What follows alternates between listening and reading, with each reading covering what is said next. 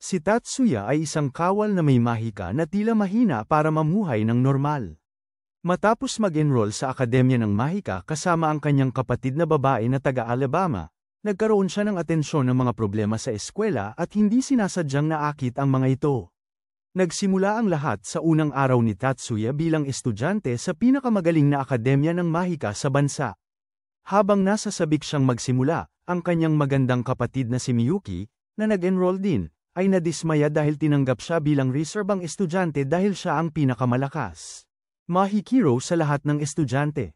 Agad niya itong sinabihan na huwag ipagsabi ang impormasyong yun dahil walang dapat makaalam tungkol sa kanilang tunay na pagkatao sa eskwelahan.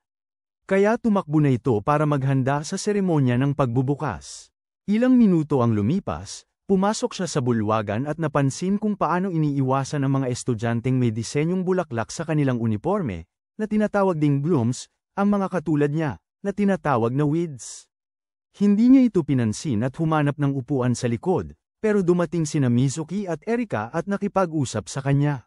Pagkatapos magbigay ng talumpati si Miyuki, inaanyayahan siya ng mga babae sa homeroom, pero tumanggi siya, sinasabing kailangan niyang hanapin ang kapatid niya. Tinanong ni Mizuki kung magkapatid sila ni Miyuki dahil nakaramdam siya ng halos parehong aura sa kanilang dalawa. Nang mapagtanto niyang mayroon siyang magic sight na nagpapahintulot sa kanya na makita ang tunay na pagkatao ng kahit sino, nag-alala siya na baka malaman niya ang kanyang lihim at nag-isip na iwasan siya. Sakalang dumating si Miyuki kaya hinawakan niya ang mukha nito para batiin siya sa pagiging bagong kinatawan ng mga estudyante, pero dahil dito, naisip ni Erika na sila ay magkarelasyon na malapit. Nang gabing yun, sinubukan ni Tatsuya na magtrabaho, ngunit napansin niya ang masamang timpla ni Miyuki at tinanong kung okay lang ba siya. Sinabi naman ni Miyuki sa kanya ang tungkol sa tawag na natanggap niya mula sa kanilang ama na bumabati sa kanya at nagalit siya dahil pinili ng pamilya na tratuhin si Tatsuya na parang iba. Nang magsimula siyang mawala ng kontrol sa kanyang mga kapangyarihan, hinawakan niya ang kanyang kamay at sinabi na huwag siyang mag-alala, kaya dumaikit siya sa kanya upang magpahiwatig para sa kanilang pag-eensayo sa gabi. Kinabukasan, sinubukan ni Tatsuya na sanayin ang kanyang kakayahan sa pakikipaglaban sa isang dojo, ngunit ang kanyang kakaibang master. Sinubukan ni Yakumo na hawakan ang dibdib ni Miyuki kaya inatake siya ni Tatsuya, pero nabugbog lang siya sa harap ng lahat. Pagkatapos, ginamit ni Miyuki ang kanyang mahika para ayusin ang damit niya. Pumunta sila sa eskwela kung saan naintriga ang isa pang kaklase na si Leo sa bilis ni Tatsuya sa keyboard at nagpas siyang sumabay sa kanila sa pananghalian. Ngunit, nang sumubok ding sumabay si Miyuki, sinabihan siya ng isang bloom na estudyante na si Sean at ng kanyang mga kasamahan na umupo na lang sa kanila. Ipinaliwanag niya na hindi raw tama na ang isang bloom ay umupo kasama ng mga ordinaryo. Nagagalit si Leo at hinamon si Sean, kaya nagkita silang muli pagkatapos ng klase para maglaban. Noong una, kinikilig si Miyuki sa isiping makikipaglaban si Tatsuya para makasama siya.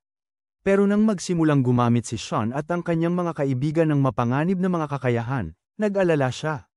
Gayunpaman, sa sandaling sumugod sila, pinigil ng Pangulo ng Student Council, si Mayumi, ang kanilang mga kapangyarihan, at agad na humingi ng mga pahayag si Mary, isang miyembro ng Disciplinary Committee, dahil mahigpit na ipinagbabawal ang paggamit ng mahika laban sa isa't isa. Sa sumunod na sandali, lumapit si Tatsuya sa kanya at sinabi na sina Sean at ang kanyang mga kaibigan ay nagtatangkang turuan lamang sila ng ilang bagong kasanayan, kaya't napagpasyahan nilang palampasin na lang ito. Kinaumagahan, nakasalubong nina Tatsuya at Mizuki si Mayumi, na pagkatapos ay nagtanong kung maaari niya silang makausap sa pananghalian. Pagkalipas ng ilang oras, pumasok sila sa opisina ng konseho, kaya ipinakilala sila ni Mayumi kay Rin, ang ingat yaman, at kay Azusa, ang kalihim. Sinasabi rin nila na si Hanzo pala ang vice-presidente. Pagkatapos ipaliwanag kung paano sila bumoboto para sa mga bagong miyembro ng konseho, tinanong ni Mayumi si Mizuki kung siya ay gustong sumali bilang bagong miyembro nila, kaya tiningnan niya si Tatsuya, na nagbigay naman ng senyales na pumayag. Bigla na lang, nagsimula siyang magpaliwanag kung gaano kagaling at kahusay si Tatsuya, kaya sinubukan siyang pigilan ito, pero hindi siya nakinig at hiniling kay Mayumi na bigyan siya ng pwesto sa konseho. Sinabi naman ni Rin sa kanya na kalimutan na lang yon, dahil hindi pa sila nagpapapasok ng walang katungkulan sa konseho, at tiyak na hindi nila babaguhin ang tradisyon para sa kanilang dalawa. Nang marinig ito, humingi ng paumanhin si Mizuki sa paglampas sa limitasyon at tinanggap ang posisyon.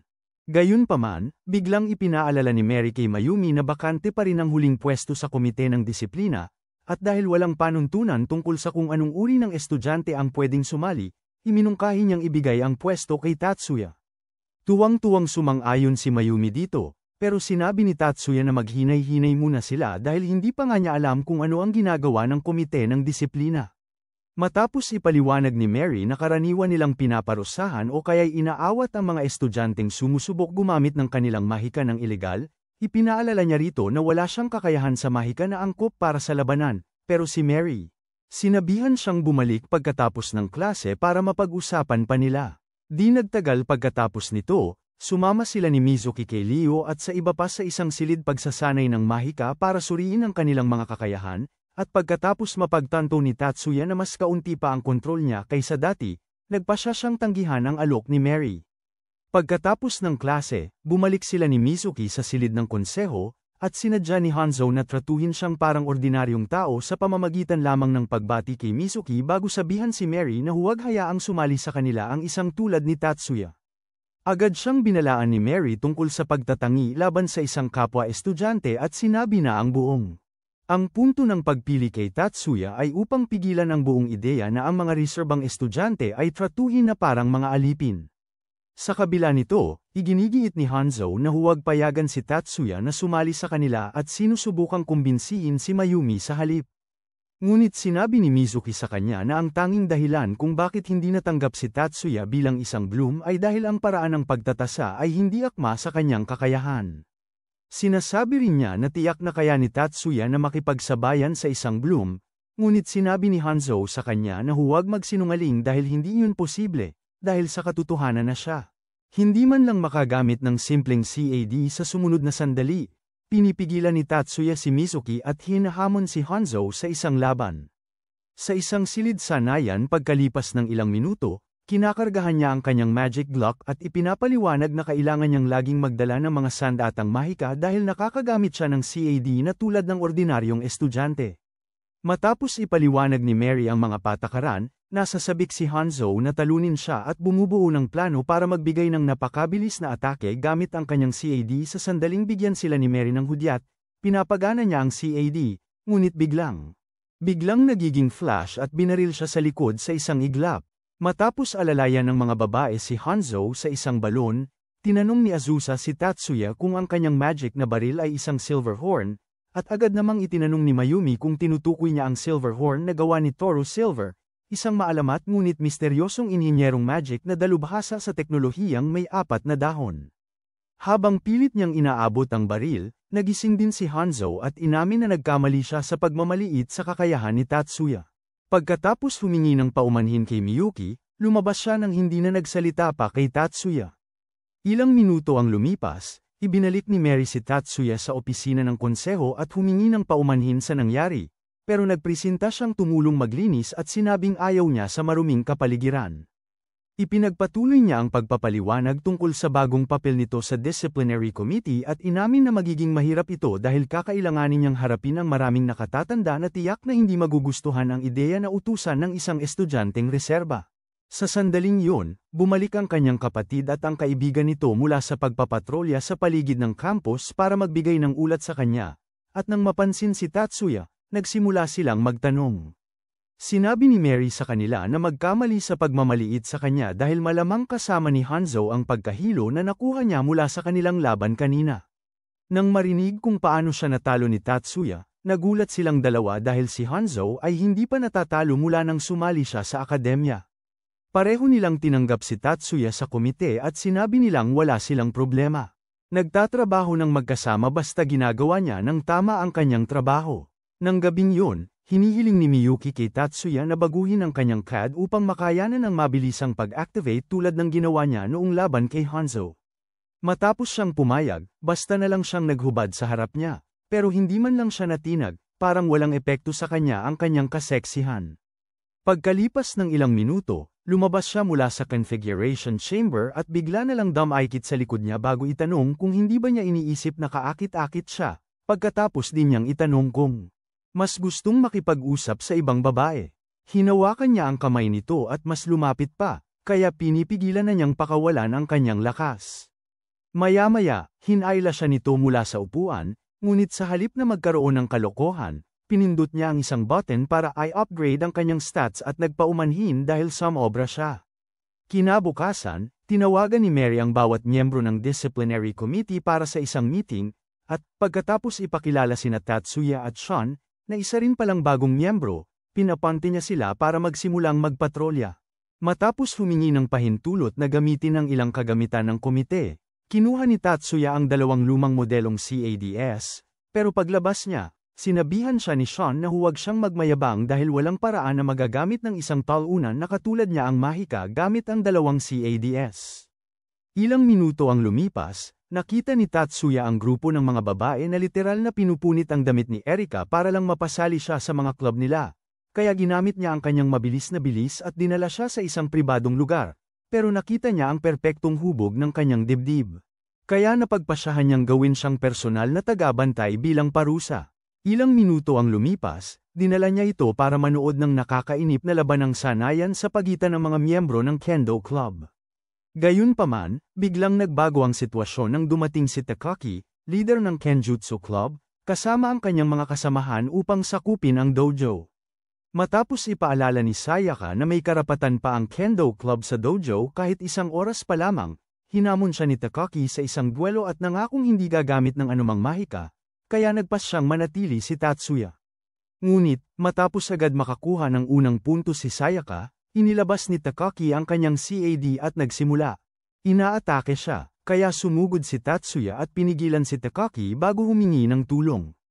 Nang makita ito, sinubukan siyang atakihin ng ibang miyembro ng Kenjutsu Club, kaya sinimulan niyang harapin ang buong team habang pinipigilan siya ni Kino, ang kapitan ni Sayaka, na makialam. Maya-maya, napunta si Tatsuya sa opisina ng konseho at nagpapaliwanag kung paano nangyari ang lahat. At pagkatapos niyang sabihin na inamin ni Takaki ang kanyang mga pagkakamali, napagdesisyonan ni Mary na bigyan siya ng babala bago humingi ng opinyon kay Katsudo, isang lalaking may katawan na ubod ng lakas. Matapos mag-isip sandali, napagpasyahan din ni Katsudo na palayain si Takaki na may babala lamang, ngunit tinanong pa rin ni Mary si Tatsuya kung si Takaki lang ba ang gumamit ng mahika. Naalala naman ni Tatsuya na ginamit din ng kanyang mga kasamahan ang kanilang CADS para sumugod sa kanya, ngunit pinili niyang itago na lang ito sa sarili niya. Pagkalipas ng ilang oras, nagkita sila ni Miyuki at ng iba pa nilang mga kaibigan sa isang restoran para maghapunan, at matapos pag-usapan ang lahat ng nangyari, gulat na gulat sila na nagawa ni Tatsuya na talunin ang maraming senior mag-isa. Pagkatapos, ginamit ni Miyuki ang pagkakataong yun para magyabang tungkol sa kung gaano siya kagaling. Ngunit sa halip na basta pag-usapan, nagsimula siyang sumiksik sa kanya. Kaya tinanong ni Leo at ng mga babae kung magkapatid ba talaga sila, para may report sila. Nang magdesisyon si Miyuki na ipagpaliban muna ang paglalambingan sa publiko, tinanong ni Leo si Tatsuya kung paano niya talaga napigilan si Takaki at ang iba pa niyang mga kasamahan sa koponan sa pag-activate ng kanilang mga CADS, dahil ang tanging teknolohiyang may kakayahan dito ay para lamang sa matataas na opisyal ng militar. Ipinaliwanag ni Tatsuya na nakagawa rin siya ng halos kaparehong teknolohiya, ngunit sinabi niya na panatilihin itong lihim dahil ang ganitong impormasyon ay maaaring sumire sa kalagayan ng kanilang bansa kung mapupunta sa maling kamay. Kinabukasan, nagpatuloy si Tatsuya sa pagpapatrolya at tinawag upang pigilan ng isang away sa gymnasium, ngunit habang papunta doon, napansin niya ang isang misteryosong tao na sinusubukang atakihin siya at naharangan ang kanilang pag-activate ng CAD sa huling segundo. Matapos silang makatakas, napansin niya na may kakaiba sa kanilang uniforme, ngunit nagpas siyang itago na lamang ito. Pagkatapos ng mahabang panahon, nakipagkita siya kay Miyuki para mag-usap, pero biglang sumulpot si Sayaka at nagpasalamat sa kanya sa nakaraang araw bago nagtanong kung may oras siyang gumala. Humingi siya ng ilang minuto, kaya sinabi ni Sayaka na magkita na lang sila sa kafe at umalis. Sinabi naman ni Miyuki na mag-ingat siya sa paraan ng paghawak niya sa kanyang bagong posisyon, dahil maraming lalapit sa kanya para sa maling mga dahilan kapag nalaman nila ang totoo tungkol sa kanyang mga kakayahan. Matapos mangako na magiging mas maingat, pumunta si Tatsuya sa kafe at nakipagkita kay Sayaka. Nagpasalamat ulit si Sayaka sa kanya sa tulong niya, at sinabi na ang ibang miyembro ng disciplinary ay gagamitin sana ng komite ang nangyari bilang pagkakataon para magpabango sa sarili. Nang bigla niya itong anyayahan na sumali sa Kendo Club, tumanggi ito at nagtanong kung bakit siya nag-iimbita.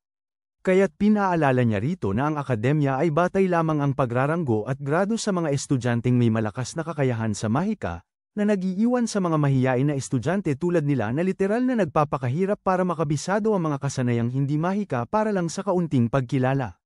Ipinaliwanag pa niya kung paano nagkaisa ang lahat ng club na hindi mahika para labanan ang kasalukuyang sistema. Kaya tinanong niya kung may plano na sila kung ano ang mangyayari pagkatapos nilang harapin ang kinatawan ng paaralan.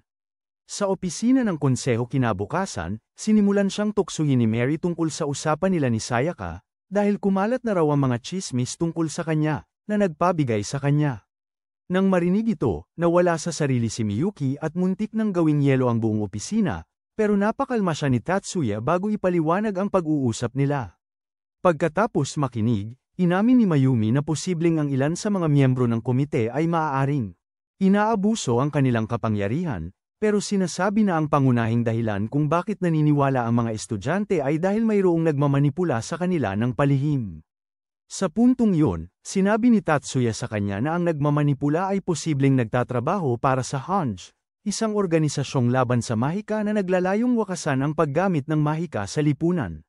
Nagulat dito si Mayumi dahil ang impormasyon tungkol sa Hanj ay lubhang klasipikado, kaya nagpasya si Tatsuya na ipaubaya na lang sa haka-haka.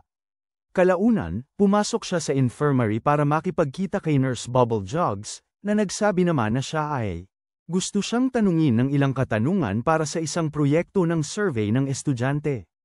Pagkatapos ng ilang minuto ng pag-uusap, tumayo siya para umalis. Pero bigla niyang tinanong kung inaya ba talaga siya ni Sayaka sa isang date. Sinabi naman nito na huwag siyang makinig sa mga chismis, pero nag-alok pa siyang tumulong kung sakaling magkaroon siya ng problema kay Sayaka.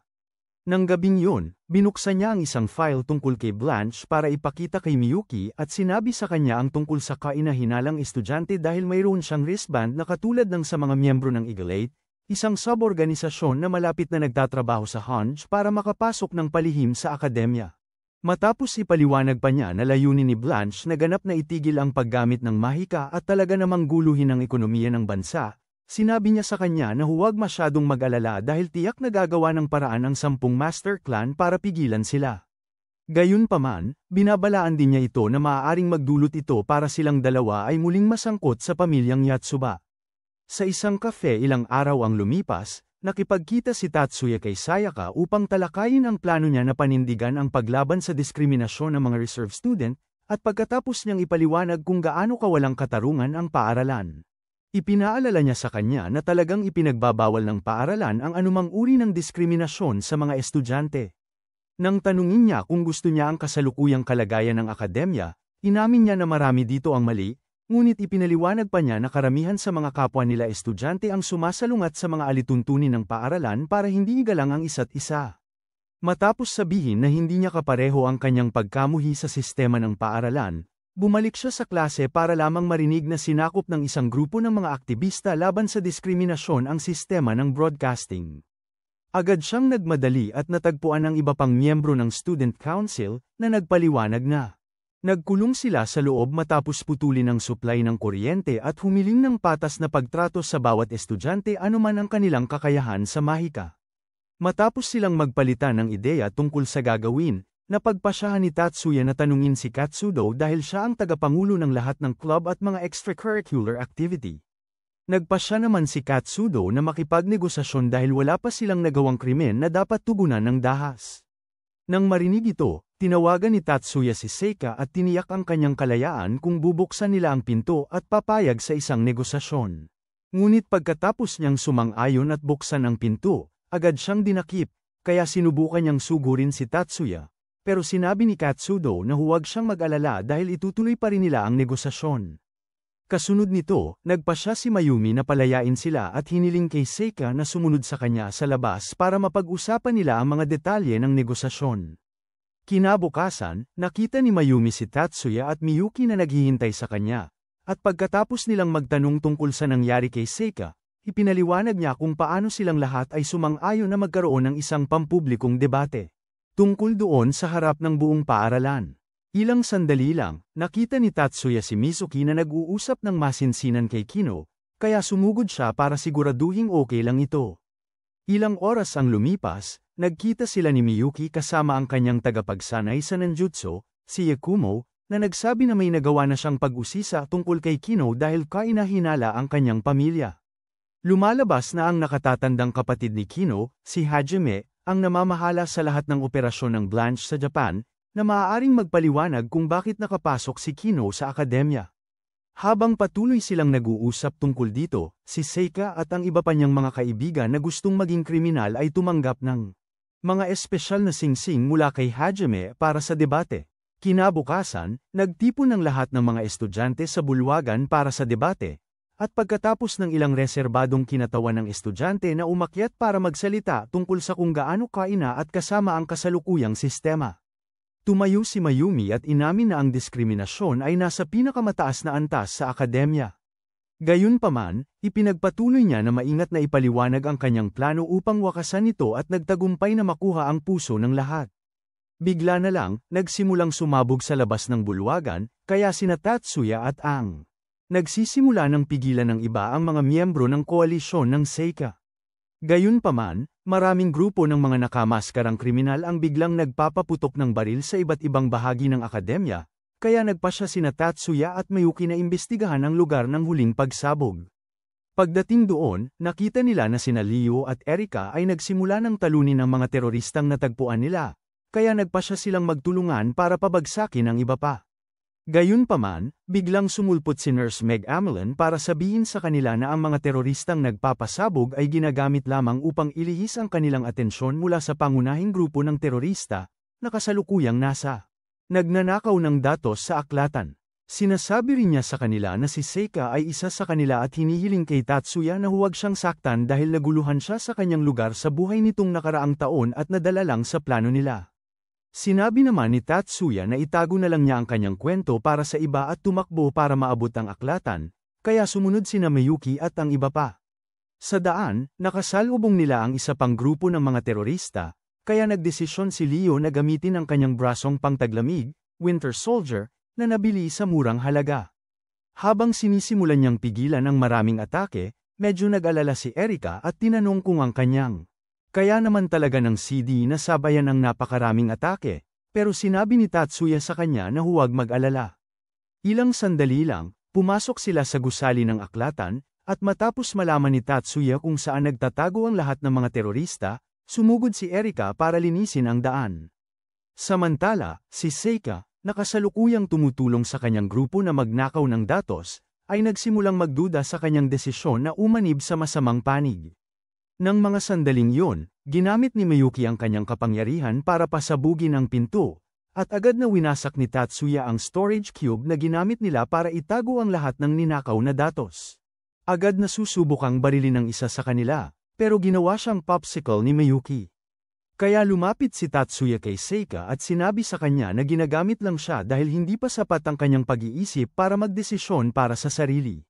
Nang marinig ito, nagalit si Seika at sinabi sa kanya na huwag siyang magpanggap na mas mataas kaysa sa mga estudyanteng weed na nakakaranas ng diskriminasyon sa akademya.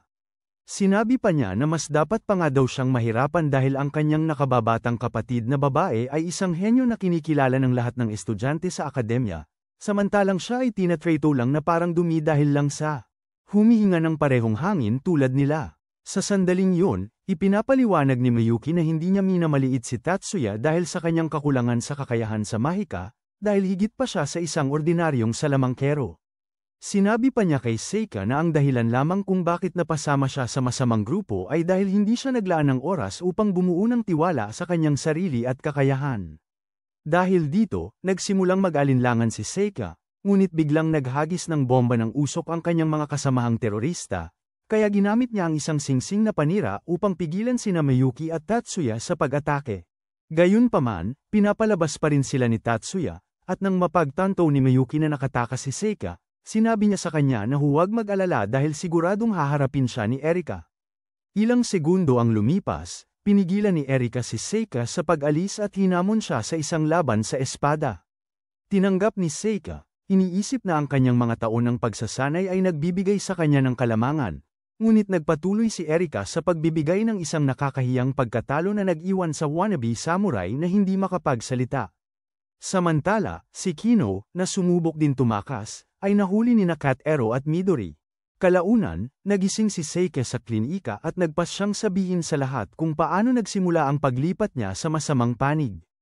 Lumalabas na matagal nang nagre-recruit si Kino ng mga miyembro ng Kendo Club, at dahil sinasabi niyang pangunahing layunin niya ay labanan ng diskriminasyon sa mga estudyante, nagpasya siyang suportahan ito.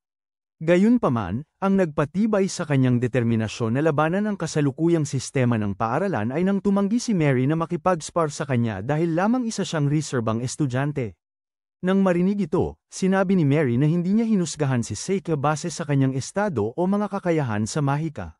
Sa totoo lang, natatakot lang siyang kalabanin yung babaeng naglaan ng buong buhay niya para maging dalubhasa sa Kendo. Dahil dito, humagulgol si Seika nang mapagtanto niya na ang lahat ng galit na naramdaman niya ay dahil lang sa hindi pagkakaintindihan. Matapos siyang pahiramin ni Tatsuya ng kanyang shirt para gamiting pamunas, nagpasya siyang hanapin yung ibang miyembro ng Hanjay na nakatakas, kaya nag-alok si Leo at ang mga babae na sumama sa kanya. Pero tinanong ni Miyuki kung may ideya ba siya kung paano sila hahanapin. Binuksan ni Tatsuya ang pinto at bumungad ang nurse na si Mega Melons, na nakikinig pala.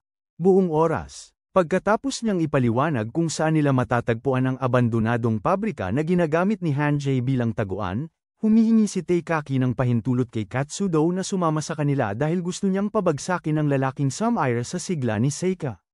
Habang papunta sa pabrika, ilang minuto ang lumipas, sinabi ni Tatsuya kay Leo at Erika na panatilihing malinis ang kanilang ruta ng pagtakas at hulihin ang sinumang miyembro ni Hanjay na tangkang tumakas habang si Teikaki at Katsudo ang bahala sa likurang labasan.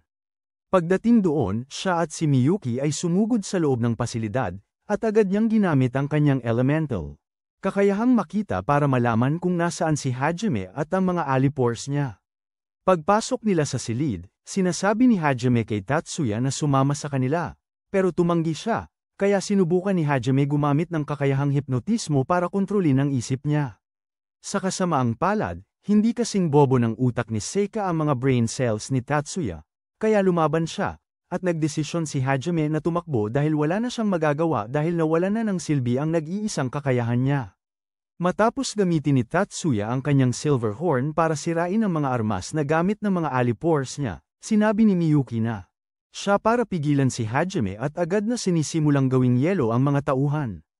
Ilang sandali pa, naabutan ni Tatsuya si Hajime at tinangkang hulihin ulit, ngunit napaligiran siya ng isa pang grupo ng mga tauhan, na may mga jamming device para pigilan ang kanyang CAD. Gayunpaman, madaling nakilala ni Tatsuya ang mga device at binanggit ang sponsor ni Hajime, kaya halos maihi siya sa takot.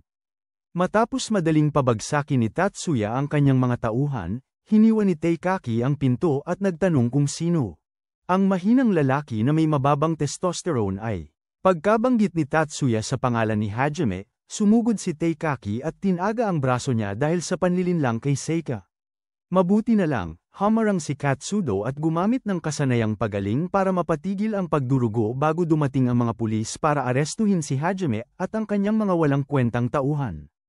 Kinabukasan, dinalaw ni Tatsuya si Seika sa ospital, at ipinaliwanag niya na napagdesisyonan nilang panatilihin siya ng ilang araw pa para masigurong hindi na muling binago ni Hajime ang kanyang mga alaala gamit ang kanyang kasanayang panghipnotismo. Pagkatapos sabihin na si Kino ay tinanggap din, ipinaliwanag ni Tatsuya kung paano nagdesisyon ang paaralan na huwag gumawa ng mahigpit na hakbang laban sa mga estudyanteng sangkot, dahil magdududa ito sa kanilang kredibilidad bilang nangungunang akademya ng mahika sa bansa. Pagkalipas ng ilang araw, bumalik siya kasama sina Miyuki at Erika para batiin siya sa kanyang paglaya mula sa ospital, ngunit nalaman na lamang na ginugol ni Teikaki ang mga nakaraang araw sa panliligaw sa kanya. Sa huli, nagpasya silang sumingit at batiin si Seika sa pagiging maayos ng kanyang utak, ngunit pagkatapos ay hinailan ng kanyang ama si Tatsuya sa tabi para magpasalamat sa kanya sa pagliligtas sa kanya. Nang tumanggi siyang tanggapin ang papuri, sinabi ng tatay ni Seika kay Tatsuya na inaasahan na niya ang ganoong sagot dahil sinabi na sa kanya ng major, na matagal na niyang kaibigan, kung anong klaseng tao si Tatsuya. Nagulat at medyo natakot si Tatsuya nang marinig ito, pero sinabi ng tatay ni Seika na huwag siyang mag-alala at nangako na hindi niya ipagsasabi kung sino talaga siya. Pagkatapos nito, umalis na silang lahat at iniwan ang dalawa para magkasama pa. Samantala, sa ikatlong Magic Academy sa bansa, isang estudyanteng nagngangalang Masaki ang katatapos lang ng kanyang araw-araw na pagsasanay, kaya pumunta siya sa paliguan habang hinahanap siya ng isang kaibigan na nagngangalang Shinkuro.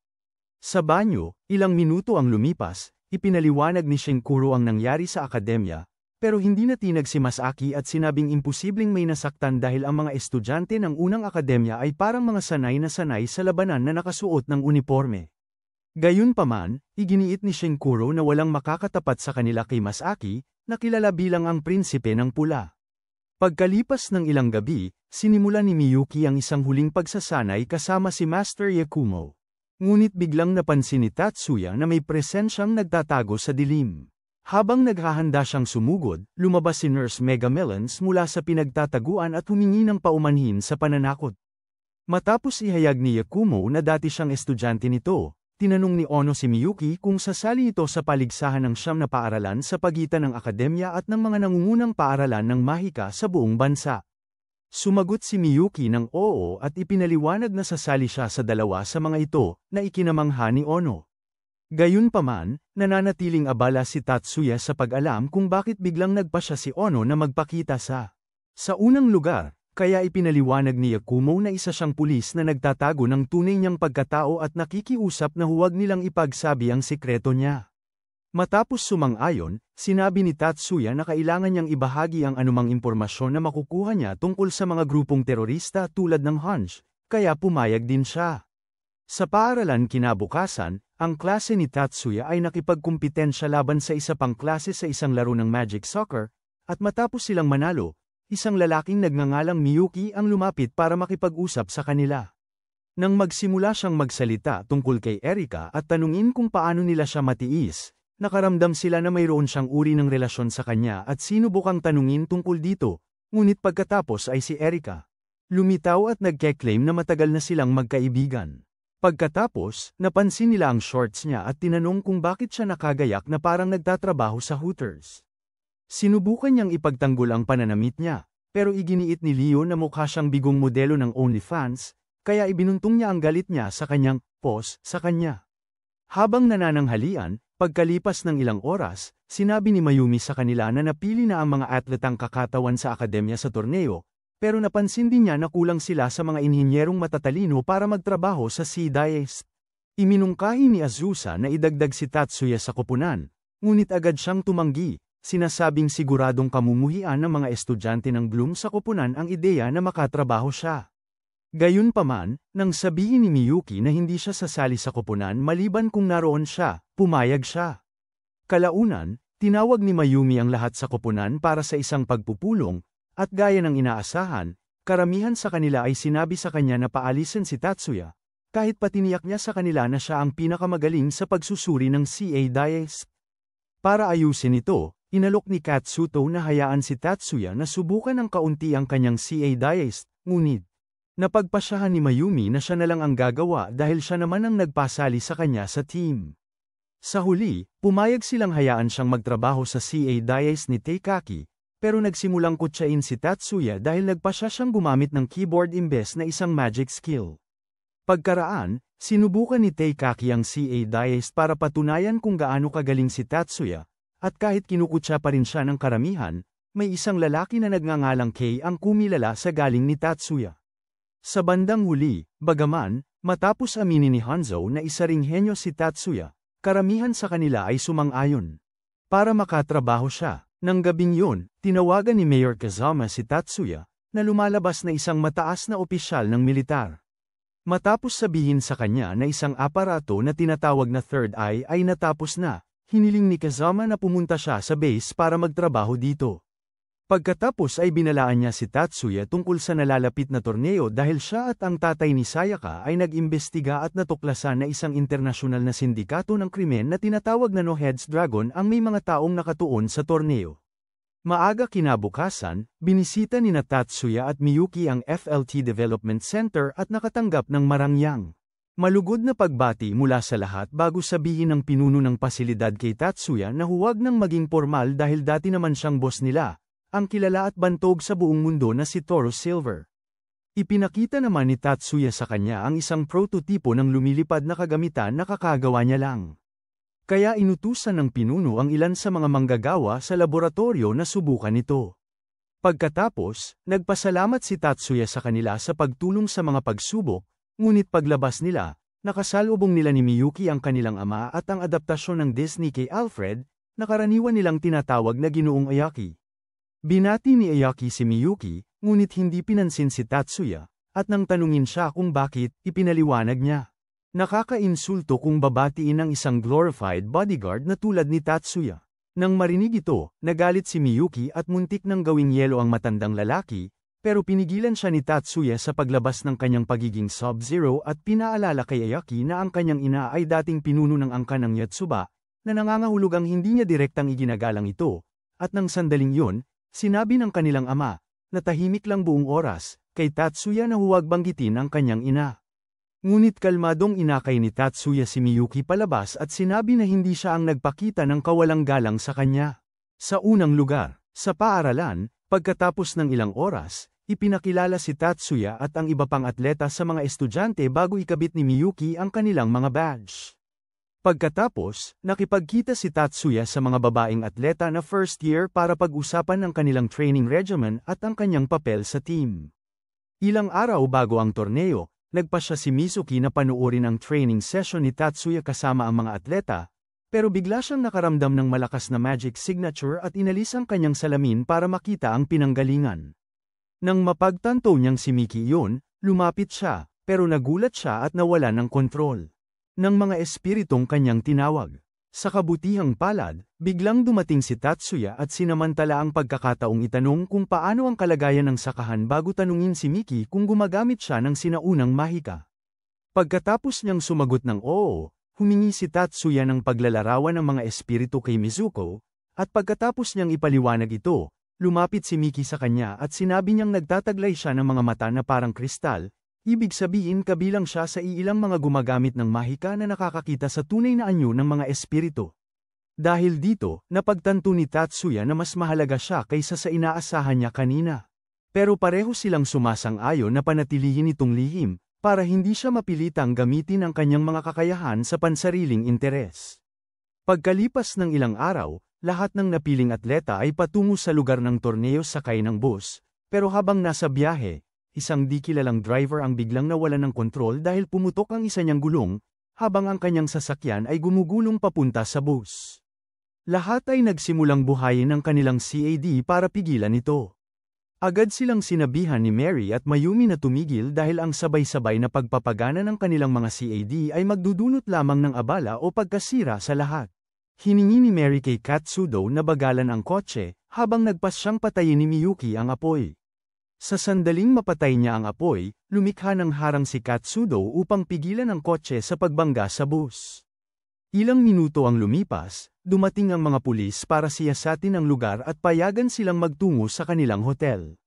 Pagbaba nila ng bus, sinabi ni Hanzo kay Takeaki na nahihiya siya dahil wala siyang nagawa. Sinabi naman ni Takeaki sa kanya na hindi lahat ng sitwasyon ay nangangailangan ng pagkilos, ngunit iginigiit ni Hanzo na sana may nagawa siyang tumulong imbes na umupo lang na parang walang silbi, hinahayaan na. Kayang hawakan ni Miyuki ang lahat.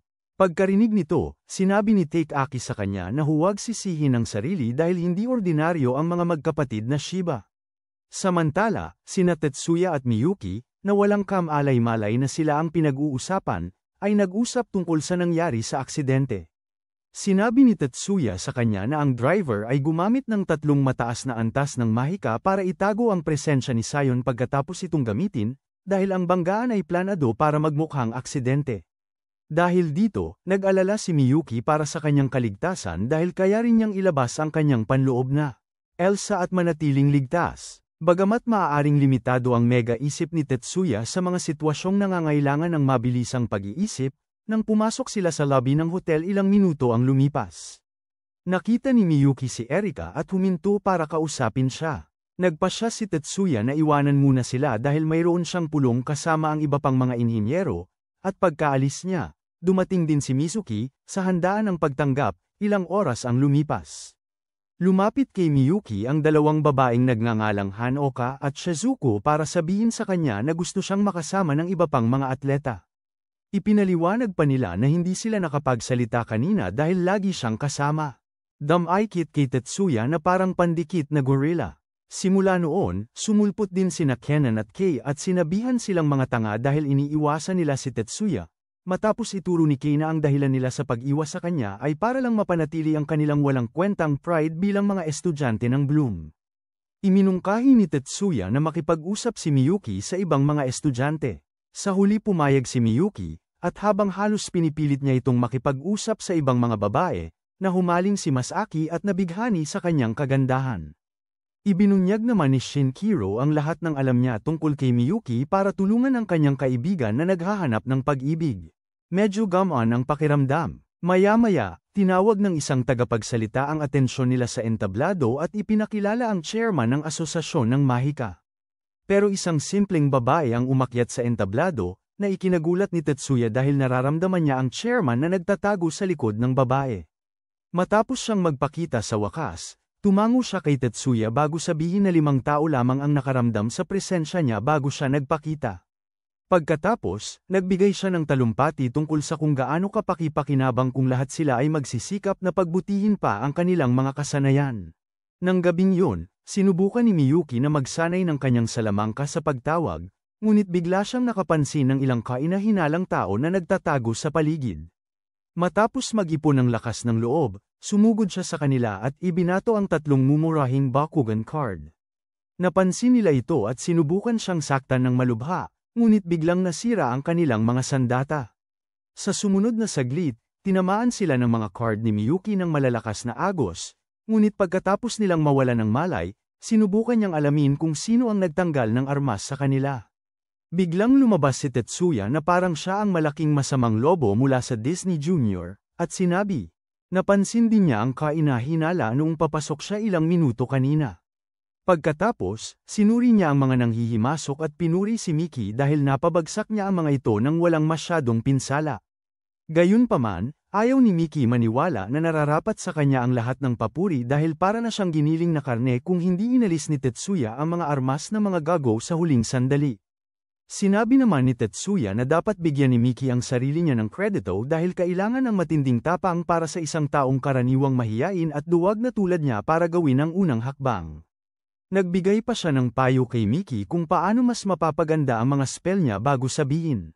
Siya na ipaalam sa seguridad ang tungkol sa mga nanghihimasok. Kinabukasan, sa wakas ay nagsisimula ang kompetisyon kung saan ang unang kaganapan ay ang Women's Battleboard Qualifiers, kung saan sasali si Mary. Sa sandaling magsimula ang laban, susubukan ng isa sa mga kalahok na pabagali ng iba sa pamamagitan ng pagtalsik ng tubig. Ngunit si Mary, na dati palang isang retiradong hippie, ay madaling sumasayaw sa mga alon. Habang nagpapatuloy siya, napansin ni Tetsuya na gumagamit siya ng mahika para panatilihing balanse ang sarili sa board habang sabay-sabay ding ginagamit ang hanggang 4 na spell. Habang ipinapaliwanag niya ang kanyang estratehiya sa iba, tatawid siya sa finish line, at sinisigurado ang unang panalo para sa akademya. Pagkatapos, nakipagkita si Tetsuya kay Kazama at sa maraming matataas na opisyal para pag-usapan ang mga dayuhan na pinigil nila ni Miki noong nakaraang gabi. Kinumpirma ni Kazama na ang mga lalaki ay parte ng No Heads Dragon Syndicate na tinawagan niya noong isang gabi at sinabing hindi pa nila natutuklasan ang mga dahilan nila para mapunta sa lugar. Gayunpaman, pinayuhan nila siyang magpatuloy sa pag-iingat dahil pinaghihinalaan nilang target pa rin ng sindikato ang torneo. Pagkalipas ng ilang oras, sumali si Tetsuya sa iba pa sa arena para panoorin si Mayumi na sumali sa isang kaganapan sa bilis ng pagbaril at gaya ng inaasahan, madali niyang tinalo ang kanyang mga kalaban upang makuha ang ikalawang panalo ng akademya.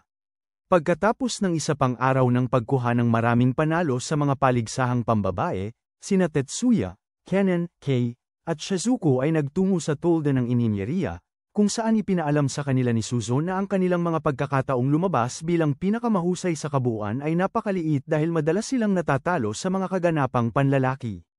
Ilang oras ang lumipas, bumalik si Tetsuya sa kanyang silid na may isang pakete mula sa pinuno ng FLT, Ngunit pagkatapos ay dumating sina Miyuki at ang iba pa para makipag-usap sa kanya. Mabilis na napansin ni Miyuki ang pakete at, pagkatapos buksan ito, tinanong niya kung ito ay bagong uri ng CAD. Sinabi ni Tetsuya na oo at pagkatapos ay inihagis ito kay Liu para subukan niya. Pagkalipas ng ilang minuto, dumating sila sa isang silid pagsasanay sa likod ng hotel, pero pagkatapos paganahin ni Liu ang bagong CAD, humiwalay ito, kaya ipinaliwanag ni Tetsuya kung paano pa rin ito maaaring gamitin bilang espada kahit hiwalay. Pagkatapos ay sinira ni Liu ang ilang mga dummy na ginagamit sa pagsasanay. Kinabukasan, nagpatuloy ang torneo sa labanan ng mga kababaihan sa battleboard. Hindi katulad ng nangyari noong nakaraan, sumobra sa bilis ang isang kalahok at bumangga kay Mary, dahilan para mawalan siya ng kontrol sa kanyang board at sumadsad sa bangkita. Sa kabutihang palad, nagamot ng mga doktor ang mga malalang pinsala, ngunit kinailangang ipahinga si Maru mula sa susunod na paligsahan dahil kailangan niya ng kahit man lang 10 araw para gumaling. Nagtanong si Mary tungkol sa kalahok na bumangga sa kanya, kaya ipinaliwanag ni Mayumi na nagtamo lamang siya ng mga bahagyang pinsala. Gayunpaman, sinabi rin niya kay Mary na pinaghihinalaan nilang may daya dahil may gumamit daw ng mahika para mawala siya sa balanse. Nagdulot ito kay Mary na maalala na parang biglang nagbago ang direksyon ng tubig bago siya nahulog sa board. Sinabi naman ni Mayumi sa kanya na huwag na niya itong problemahin dahil nakuha na ni Tetsuya ang ilang kuha ng video. Kalaunan, tinapos ni Tetsuya ang pagre-review ng video sa kanyang hotel room at sinabi sa lahat na ang buong pangyayari ay isang plano para masiguradong matamba si Mary sa kanyang board. Pagkatapos, ipinakita niya ang isang simulation ng kurso at ipinakita sa kanila kung saan nangyari ang aksidente bago ipaliwanag na alam ng lahat ng kalahok na kailangan nilang magpabagal kapag papalapit na sila sa alisin ang lahat ng asterisks at quotation marks na nakakurba. Pero sa di malamang dahilan, nagdesisyon ang babae na tapakan ng gas, na malamang ay nangangahulugan na ang kanyang CAD ay hinat para pabilisin ito imbes na pabagalin. Nang tanungin nila kung sino ang gumawa noon, sumagot si Tetsuya na tiyak na isa sa mga staff. Pero ayaw maniwala ni Miyuki dahil ang mga CADs ng bawat eskwelahan ay maingat na nakatago sa lahat ng oras. Iginiit pa rin ni Tetsuya na isa itong staff dahil, sa isang punto sa torneo, ang lahat ng CADs ay ipinapasa sa mga staff ng torneo para ingatan. Nang gabing yun, pareho silang tinawag sa isang pagpupulong kung saan sinabi kay Miyuki na palitan si Mary sa Mirage Bat Contest. Una ay tumanggi si Miyuki, sinasabing hindi siya karapat-dapat na pumalit kay Mary, pero tiniyak ni Mary sa kanya na sapat ang kanyang galing para magawa niya ito, sa rookie speed shooting match kinabukasan. Ginagamit ni Shizuko ang buong arena bilang kanyang magic activation zone salamat sa kanyang CAD, na nagpapahintulot sa kanya na barilin ang mga target ng may katumpakan. Nang makita ito, nagyelo sa gulat si Mayumi at ang iba pa dahil hindi nila inaasahan ang kay Tetsuya. Ang husay ng kanyang kaalaman sa inhenyeriya para maging ganoon kagaling. Ilang araw ang lumipas, nakipagkita si Tetsuya kay Shizuko para muling suriin ang kanyang CAD, at ipinangako niyang sisiguraduhin niyang kikilalanin ng lahat ang kanyang galing sa pamamagitan ng muling pagwawagi. Pagkaraan lamang ng ilang minuto, tinalo niya ng todo ang kanyang mga kalaban, kaya naman pinuri ni Mayumi si Tetsuya sa paggamit ng kanyang napakatalinong isip para i-update ang CAD ni Shizuko.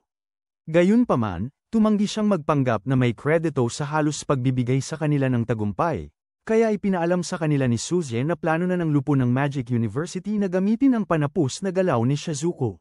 Ilipat bilang bahagi ng kanilang talaan. Sa kabila nito, tumatanggi si Tetsuya na akuin ang kredito para sa kanyang gawa at sinasabi sa kanila na huwag banggitin ang kanyang pangalan bilang developer. Samantala, nagkita-kita ang mga kasamahan ni Masaki upang pag-usapan ang kanilang hindi nakakagulat na mga pagkabigo sa ngayon. Matapos mapansin ni Masaki na ang unang akademya ay nananalo lamang dahil sa mahiwagang inhinyero na nagtatrabaho sa kanilang mga CAD, nagpasya silang alamin kung sino siya. Kalaunan, nagmamakaawa si Hanoka kay Tetsuya na gamitin ang kanyang galing sa kanyang CAD para sa isang laban, ngunit tumanggi siya dahil makakasira yun sa ginawa ni Azusa. Sa halip, nag-alok siyang tumulong sa kanyang estratehiya. Dahil dito, nakuha niya ang panalo, at pagkatawid niya sa linya, tumakbo siya kay Tetsuya at nagpasalamat habang humahagulgol dahil hindi pa siya nanalo sa isang laban. Halos kasabay nito, Nagkita ang mga lider ng No-Head Dragon Syndicate para pag-usapan ang torneo at nagkasundong kailangan nilang humanap ng paraan para siguraduhing manalo ang eskwelahan ni Masaki sa torneo. Para mangyari ito, nagdesisyon silang maging mas seryoso sa pagsabotahe sa bawat estudyante mula sa unang akademya. Kinabukasan, sumali si Shizuko sa paligsahan ng pagwasak ng haligi para sa mga baguhan at madaling tinalo muli ang kanyang kalaban dahil sa tulong ni Tetsuya.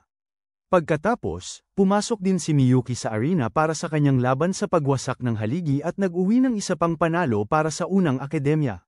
Sa isang malaking piging ng gabing yon, napaligiran si Tetsuya ng isang grupo ng mga humahanga sa kanya na patuloy na bumabalandra at nagbubulalas kung gaano siya kagaling sa kabila ng kanyang mga pagtatangka na iwasan ang kanilang pagkilala. Nang makita ang lahat ng ito, nagalit si Sean at nagmamadaling umalis, kaya hinabol siya ng kanyang mga kaibigan para tanungin kung bakit siya nagagalit. Pagkatapos, pinapangako niya sa kanila na manalo sa laban ng Monolith Code nang walang tulong ni Tetsuya para patunayan na mas magaling ang mga estudyante ng Bloom kaysa sa mga walang kwentang damo na katulad niya. Kinabukasan, nakasalubong ni Tetsuya at Miyuki sina Masaki at Shinkiro papunta sa arena, at agad na tinanong ni Tetsuya kung may sasabihin sila dahil hinaharangan nila ang kanyang daan. Inamin ni Shinkiro na nagtataka lamang sila na makilala ang henyong inhinyero sa likod ng karamihan sa mga tagumpay ng unang akademya. Pagkatapos umalis ni Miyuki para maghanda para sa laban niya, napansin ni Tetsuya na parang nagliliyab ang mga mata ni Masaki. Para makita ang sulyap ng kanyang ganda, kaya sinasabi niya sa kanila na mag-focus sa kanilang mga paparating na laban. Bago umalis, sinabi ni Shinkiro kay Tetsuya na sasali sila sa laban sa Monolith Code. Kaya binati ni Tetsuya sila ng swerte at sinabing hindi siya sasali. Maya-maya, napunta si Tetsuya sa kanyang kwarto, inaalala kung paano sumali si Masaki sa hukbo 3 taon na ang nakalipas at gumamit ng isang kasanayan sa mahika ng pagkasira para labanan ang mga mananakop mula sa Soviet Union. Bagamat nakilala siya bilang ang Crimson Prince dahil dito, si Shinkiro naman ay naging isang bagong henerasyong henyo, at ang kanyang sobrang talinong utak ang nagtulak sa kanya upang matukoy ang isa sa mga cardinal code, na noong una ay akala ay sa teorya lang umiiral, nang mapagtanto na silang dalawa ay perpektong kombinasyon. Nag-aalala si Tetsuya para kay Sean at sa kanyang mga kasamahang mainitin ang ulo at medyo makukulit, na makakalaban nila sa Monolith Code match. Kinabukasan, dumating si Tetsuya sa tolda ng mga inhinyero at nalaman niyang natabunan ang team ni Sean matapos gumuho ang isang lumang gusali habang naglalaban. Matapos ipaliwanag kung paano nangyari ang lahat, ayaw paniwalaan ni Shizuko na aksidente lang yun. Pero sinabi ni Mayumi sa kanya na huwag maghaka-haka dahil wala silang ebidensya para suportahan ang kanyang mga sinasabi. Tinanong naman ni Tetsuya kung kumusta na ang team, at pagkatapos sabihin na nagpapagamot na sila sa ospital, inilayo ni Mayumi si Tetsuya at tinanong kung sadya bang pinupuntirya ang team ng kanilang paaralan. Pagkatapos mag-isip, nagdesisyon si Tetsuya na ikwento sa kanya ang tungkol sa sindikato ng No-Head Dragons at ang mga ginagawa nila sa torneo. Pero dahil dito, napagtanto ni Mayumi na si Tetsuya ay nasasangkot sa isang bagay na mapanganib, kaya siya pinapayuhan siyang mag-ingat. Samantala, ang mga pinuno ng No-Head Dragons ay nagsisimula ng isa pang pagpupulong at natutuwa na ipahayag ang tagumpay ng kanilang pinakabagong plano bago sabihin na walang magagawa ang unang akademya kundi umulong sa paligsahan, sa laban ng Rookie Mirage Battle sa susunod na araw. Naririnig ni Azusa ang ilan sa mga inhinyero mula sa ibang mga paaralan, na nagsasabing ang CAD sequence na ginagamit ng mga atleta ng unang akademya ay katulad ng sa maalamat na Taurus Silver. Ang karaniwan niyang tulog na mga sel ng utak ay agad na nagkokonekta ng mga tuldok, kaya natigilan siya sa pagkabigla ng mapagtanto niya na ang Taurus Silver ay nasa harapan niya pala sa buong panahong ito. Kalaunan, tinawag si Tetsuya ni Mayumi para sa isang pagpupulong, na nagtanong kung maaari ba siyang sumali sa Rookie Monolith Code match ngayong wala na silang team. Agad na tumanggi si Tetsuya. Sinasabing hindi matutuwa ang ibang atleta kung isang reserbang estudyante ang kakatawan sa kanila. Gayunpaman, sinabi ni Katsudo sa kanya na tigilan na ang paggamit ng dahilan na siya'y reserbang estudyante para umatras sa laban, gayong alam naman nilang lahat na kaya niyang manalo. Dahil dito, nagbago ang isip ni Tetsuya, pero pumayag lamang siya kung sina Leo at Miki ang kanyang magiging mga kakupunan. Ilang oras ang lumipas, Ipinaalam ni Tetsuya sa mga lalaki ang kanilang mga bagong papel at tiniyak sa kanila na magiging maayos ang lahat dahil siya ang mag-aayos ng kanilang mga CAD. Binigyan din niya sila ng mabilisang pagsasanay kung paano laruin ang laro at bumuo ng porma sayon para masigurong mananalo sila. Kinabukasan, sumali ang bagong koponan sa kanilang unang laban, kaya nagpa siya si Tetsuya na ipakita ang ilan sa kanyang mga kakayahan. Sumugod siya papunta sa mga monolith na baril ng kalabang koponan at madaling napigilan ng kanyang kalaban bago niya ito inarmasen at binuksan ang kanilang monolith. Ngunit, imbes na itipa ang mga code, nagsimula siyang maghanap ng ibang kalaban, dahil may limitasyon din ang kayang gawin ng dakilang Taurus Silver habang nasa gitna ng laban. Samantala, natalo naman ni Liu ang batang sumubok na sumunggab sa kanya at buksan ang monolith. Kasabay nito, nagpakawala si Miki ng ilang Scion Waves na nagdulot ng pagkahilo at pagkalito sa huling kalaban, na nagbigay ng pagkakataon kay Tetsuya na gamitin niya upang siya ay mapabagsak. Pagkatapos ng laban, lahat ay naghiyawan para sa walang kaina-hinalang tagumpay ni Tetsuya, kaya sinamantala ni Masaki ang pagkakataon na tanungin si Shinkoro kung may nakita siyang maganda. Sinabi naman ni Shinkoro na magaling si Tetsuya sa pakikipaglaban pero nahihirapan pa rin sa mga pangunahing mahika, na ibig sabihin ay may kalamangan pa rin sila sa kanya. Siniguro pa niya kay Masaki na mananalo sila basta iwasan nila ang lahat ng patibong ni Tetsuya sa arena. Pagkalipas ng mga araw, inihatid ni Nurse Mega Melons ang isang pakete kay Tetsuya mula kay Master Yakumo, pero bago siya umalis, hiniling ni Tetsuya na alamin niya kung saan matatagpuan ang base ng No-Head Dragon. Kinabukasan, binigyan ni Tetsuya sina Liu at Miki ng mga balabal na may magic circles para palakasin ang epekto ng kanilang mga kakayahan sa laban. Pagkatapos niyang ipaliwanag kung paano nila ito magagamit laban kay Masaki, nag-alala si Mayumi at tinanong si Tetsuya kung kaya ba talaga niyang harapin ang Crimson Prince. Nagtanong din si Hanzo kung mayroon siyang espesyal na plano, kaya pinaalalahanan sila ni Tetsuya na may pagkahumaling sa kanya si Masaki at sinabi niyang balak niyang pilitin itong makipaglaban sa malapitan. Nang marinig ito, sinabi sa kanya ni Takaki na bawal ang paggamit ng pisikal na puwersa, pero si Tetsuya tinitiyak sa kanila na gagana ang kanyang plano. Ilang araw ang lumipas, pumasok silang lahat sa arena para sa laban, at habang nahihiya si Liu sa mga abito at tinatanong si Tetsuya kung bakit hindi siya makapagdisenyo ng isang bagay na hindi gaanong kaiya-hiya, sinasabi ni Masaki kay Shinkuro na huwag mag-alala dahil kaya ng kanyang mga bala na tumagos kahit saan.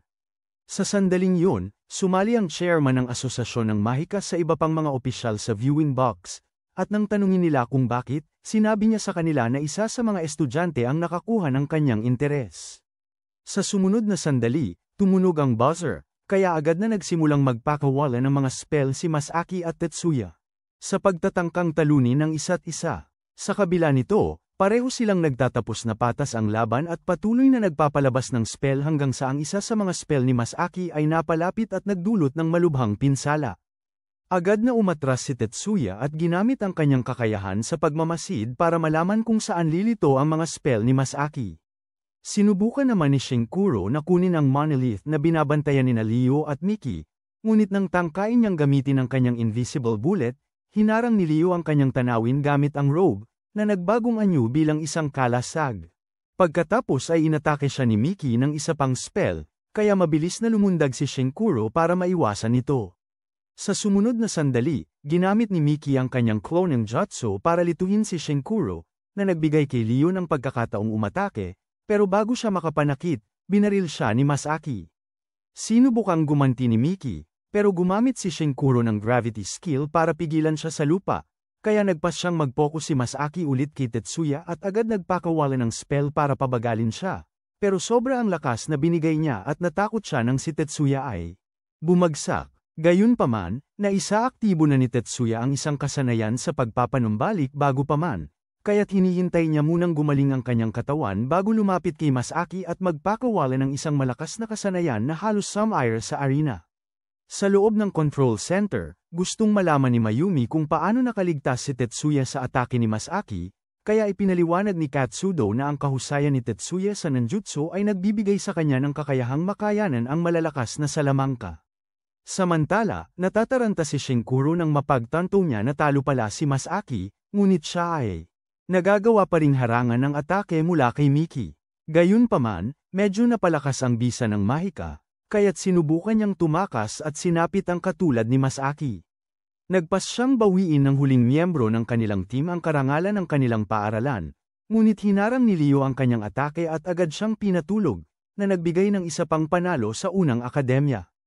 Hindi nagtagal, nalaman ng mga nakatataas sa No-Head Dragon ang kaiyahiyang pagkatalo ni Masaki at nagpas siyang pilitin ang mga atleta ng unang akademya na umatras sa larong Mirage Bat.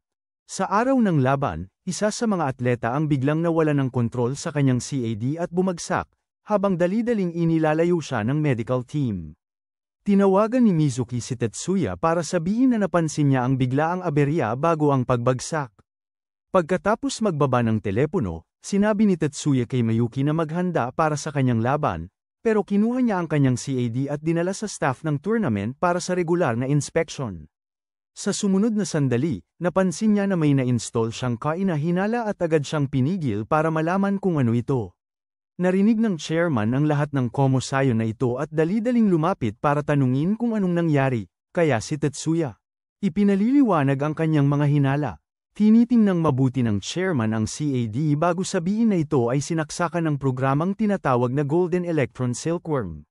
Ipinapaliwanag pa niya na ang programa ay may nakaantalang sekwensya ng pag-activate, na siyang nagiging sanhi ng pagpalya ng CAD at inuutos na arestuhin ang mga tauhan. Pagkalipas ng ilang oras, buong pagmamalaking pinapanood ni Tetsuya si Mayuki habang nangingibabaw ito sa laro at nagwawagi sa parehong unang at ikalawang round. Di nagtagal, nalalaman ng mga matataas na walang ulo na nabigo ang kanilang planong sabotahe sa laro. Muli, at pagkatapos mawala na ang kanilang pagtitimpi, nagkasundo sila na ang tanging solusyon ay ipawalang bisa ang paligsahan. Para matiyak na magtatagumpay ang planong ito, ipinadala nila sa arena ang mga taong binago ang genes na tinatawag na generators.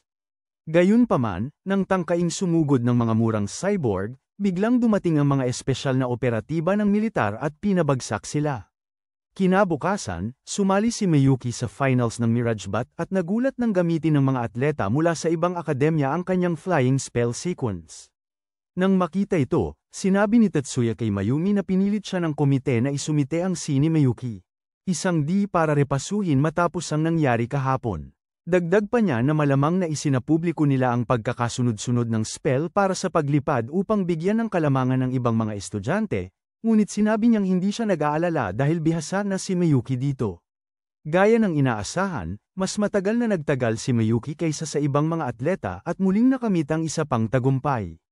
Habang nagdiriwang silang lahat ng gabing iyon, nakipagkita si Tetsuya kay Ono, na nagbigay naman sa kanya ng mga coordinate sa base ng Dragon na walang ulo kasama ang listahan ng lahat ng mga nangungunang miyembro. Matapos siyang umalis, sumakay siya sa isa pang kotse kasama si Kayuko at binigyan siya ng direksyon papunta sa taguan. Samantala, nakipagkita ang chairman ng Magic Committee kay Kazama para pag-usapan si Tetsuya dahil pakiramdam niya na sinasayang ang talento nito sa walang kabuluhang mga gawain gaya ng tournament. Iminungkahi pa niya na bumuo ng alyansa sa pagitan ni Tetsuya at Masaki at sinabi na silang dalawa ay magiging isang napakalakas na puwersa na mahalaga sa pag-unlad ng sektor ng mahika ng bansa. Matapos pag-isipan, sinabi ni Kazama sa kanya na ginagamit ang talento ni Tatsai sa pinakamainam na paraan at sinabi rin na si Masaki ay baguhan kumpara sa legendarong Tora.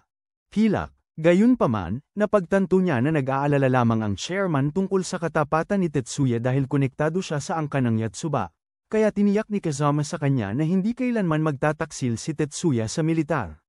Noon din, nalaman ng mga lider ng sindikato ng No-Heads Dragon na si Tetsuya ang dahilan ng kanilang sunod-sunod na pagkabigo, ngunit dahil wala silang ideya kung ano ang itsura niya, naguluhan sila kung ano ang susunod na gagawin. Sa sandaling iyon, isa sa kanilang mga bodyguard ang binaril ni Tetsuya, na nasa isang hiwalay na gusali na malayo sa kanila, matapos biglang mawala ang lahat ng ilaw sa silid. Tinawagan sila ni Tetsuya at sinabing maghihiganti siya sa lahat ng ginawa nila sa kanyang mga kalaro. Maya-maya, binaril niya ang isa pang bantay, kaya nagkanya-kanya silang hanap ng mapagtataguan at inutusan ng mga generator na hanapin si Tetsuya, pagkatapos ituro ang lokasyon niya. Isang half-human na hippopotamus ang sumubok bumaril pero natama ng bala sa mata. Inutusan niya ang mga generator na habulin si Tetsuya, pero sinabi nilang hindi nila kaya napagtanto nilang lahat na hinarang din ni Tetsuya ang lahat ng komunikasyon papasok at palabas ng silid, Umaasa silang ililigtas niya sila. Ipinangako ng isa sa mga lalaki kay Tetsuya na kakausapin niya ang kanilang boss at hihikayatin itong ilayo na ang kanilang organisasyon mula sa Japan magpakailanman. Pagkatapos ay tinanong ni Tetsuya ang pangalan ng kanilang boss, at matapos ipaliwanag ng lalaki na ang kanilang boss ay kilala bilang Son Gangaming sa publiko, nagpasalamat si Tetsuya bago niya sila pinarusahan ng matindi. Kinabukasan, nakipagkita si Tetsuya kay Kazama at sa mga opisyal na tumalo sa mga generator na lumitaw sa arena para itanong kung bakit itinuturing na high risk ang syndicate. Pagkatapos ay sinabi nila sa kanya na ang syndicate ay isa ring supplier ng pampalakas ng Salamangka at ipinaliwanag na ang mga booster ay mga aparatong nagpapalakas ng mahika na gawa sa utak ng mga Magi Kiro na namayapa. Sa halos parehong panahon, nakipagkita si Katsudo kay Mayumi sa conference room bago ang kanyang laban sa Monolith, at sinabi niya sa kanya na ang 10 master clans ay nakakaramdam ng banta sa kapangyarihan ni Tetsuya. Si Tetsuya ang kinatawa ng mga clans. Sinabi niya na ayos lang siya kay Tetsuya dahil napatunayan na niyang mabuting tao siya, ngunit gusto rin niya na sana ay may dugo siya ng isa sa mga clans, para hindi nila subukang atakihin siya. Sinabi naman ni Katsudo sa kanya na huwag mag-alala at nangakong poprotektahan si Tetsuya kung sakaling mangyari. Pagkatapos ng kanilang pag-uusap, nagpatuloy siya para maging dominante sa kanyang laban at ibinalik ang unang akademya bilang pinakamagaling na institusyon ng mahika sa bansa. Pagkatapos ng seremonya ng paggawad, dumalo ang mga atleta sa huling piging, at habang nagdiriwang silang lahat, nakita ni Tetsuya si Masaki na nakikipag-usap kay Miyuki at agad na lumapit para sumingit. Dahil dito, nagtanong si Masaki kung magkamag-anak sila, at matapos sabihin ni Tetsuya na oo, medyo gaman ang kanyang pakiramdam dahil akala niya noong una ay magkasintahan sila. Matapos siyang tawanan, sinabi ni Tetsuya kay Miyuki na sumayaw kasama niya, at habang ginagawa nila iyon, lumapit si Tanaka kay Tetsuya, umaasang makikita niya na gusto niyang sumayaw at yayayain siya. Sa kasamaang palad, dahil limitado ang pag-iisip ni Tetsuya, hindi niya makuha ang mensahe hanggang sabihin ni Erika sa kanya. Sa huli, nakasayaw din siya ng ilan sa iba pang babae mula sa kanilang koponan, at nang magpasya siyang magpahinga mula sa mga babae, kinausap siya ni Katsudo. Maya-maya sa hardin, tinanong ni Katsudo si Tetsuya kung bahagi siya ng 10 pamilyang master, at nang itanggi niya ito, iminungkahi ni Katsudo na sumali siya sa pamamagitan ng pagpapakasal kay Mayumi. Agad sinabi ni Tetsuya na napakabata pa niya para mag-isip tungkol sa kasal, ngunit sinabi ni Katsudo sa kanya na pag-isipang mabuti bago gumawa ng desisyon. Dagdag pa niyang ipinaalala kay Tetsuya na tinalo niya si Masaki, na susunod na pinuno ng 10 pamilya, at sinabi na imposibleng hayaan siyang umalis ng basta-basta matapos iyon. Pagkaalis ni Katsudo, dumating si Miyuki para itanong kung ano ang pinag-uusapan nila, ngunit sinabi ni Tetsuya na wala lang yun. Kaya niyaya siya nitong sumayaw. Ilang gabi pagkatapos, nagmadaling pumunta sina Opisyal Chiba at Inagaki sa pantalan para harangin ang isang barko. Pagdadala ng mga wanted na kriminal, ngunit matapos gamitin ang kanilang Sia Diaz para labanan ang mga armadong guns na nakaistasyon sa mga pantalan, pumasok sila sa barko ng may labanan, para lamang makita na nakatakas na ang kanilang mga target. Hindi nagtagal pagkatapos nito, 2 lalaki na nagngangalang Liu at Chen ang nakapasok sa loob ng isang sekretong pasilidad, at nagpasalamat sa isang fembot na nagngangalang Gangjin para sa kanyang tulong bago pumasok sa loob. Sa academy kinabukasan, nakita ni Miyuki si Tetsuya sa silid-aralan na abala sa isang pananaliksik, kaya tinanong niya kung ito ay mahalaga. Pagkatapos ay ipinaalala niya sa kanya kung gaano katagal bago niya ma-master ang flying sequence na kanyang ikinabit. Habang nagaganap ang laban, at sinabi niyang matagal na siyang naghahanap ng paraan para itago ang mga sekwensya, para hindi na sila kailangang mag-alala tungkol sa pagpapagana ng maraming komplikadong salamangka sa gitna ng matitinding laban. Matapos ipaliwanag kung paano ito madaling malulutas ng bato ng pilosopo, tinanong ni Tetsuya si Miyuki kung bakit niya siya pinuntahan, kaya sinabi niya na gusto ni Susan na makipagkita sa kanya. Ilang minuto ang lumipas, nagkita si Tetsuya, Susan, at Kazuo, na nagpaliwanag na may paparating na paligsahan ng mga tesis sa pagitan ng mga akademya ng mahika. Tinanong ni Kazuo kung sasali ba siya sa team ng eskwelahan, pero gaya ng dati, tinanong ni Tetsuya kung bakit siya ang gusto nilang isali gayong may mga estudyante na sigurong nagsasanay para lang sa paligsahan. Ipinaliwanag naman ni Susan na kulang sila sa kakayahang umintindi at magproseso ng impormasyon kumpara sa lalim ng pananaliksik na ginagawa ni Tetsuya mag-isa. Nang makita niyang hindi umepekto ang mga pambubble niya, sinabi niya kay Tetsuya na ibinabase nila ang thesis sa kanyang kamakailang pananaliksik, kaya pumayag na rin siya dahil makakatulong ito para mas mabilis siyang makakuha ng impormasyon.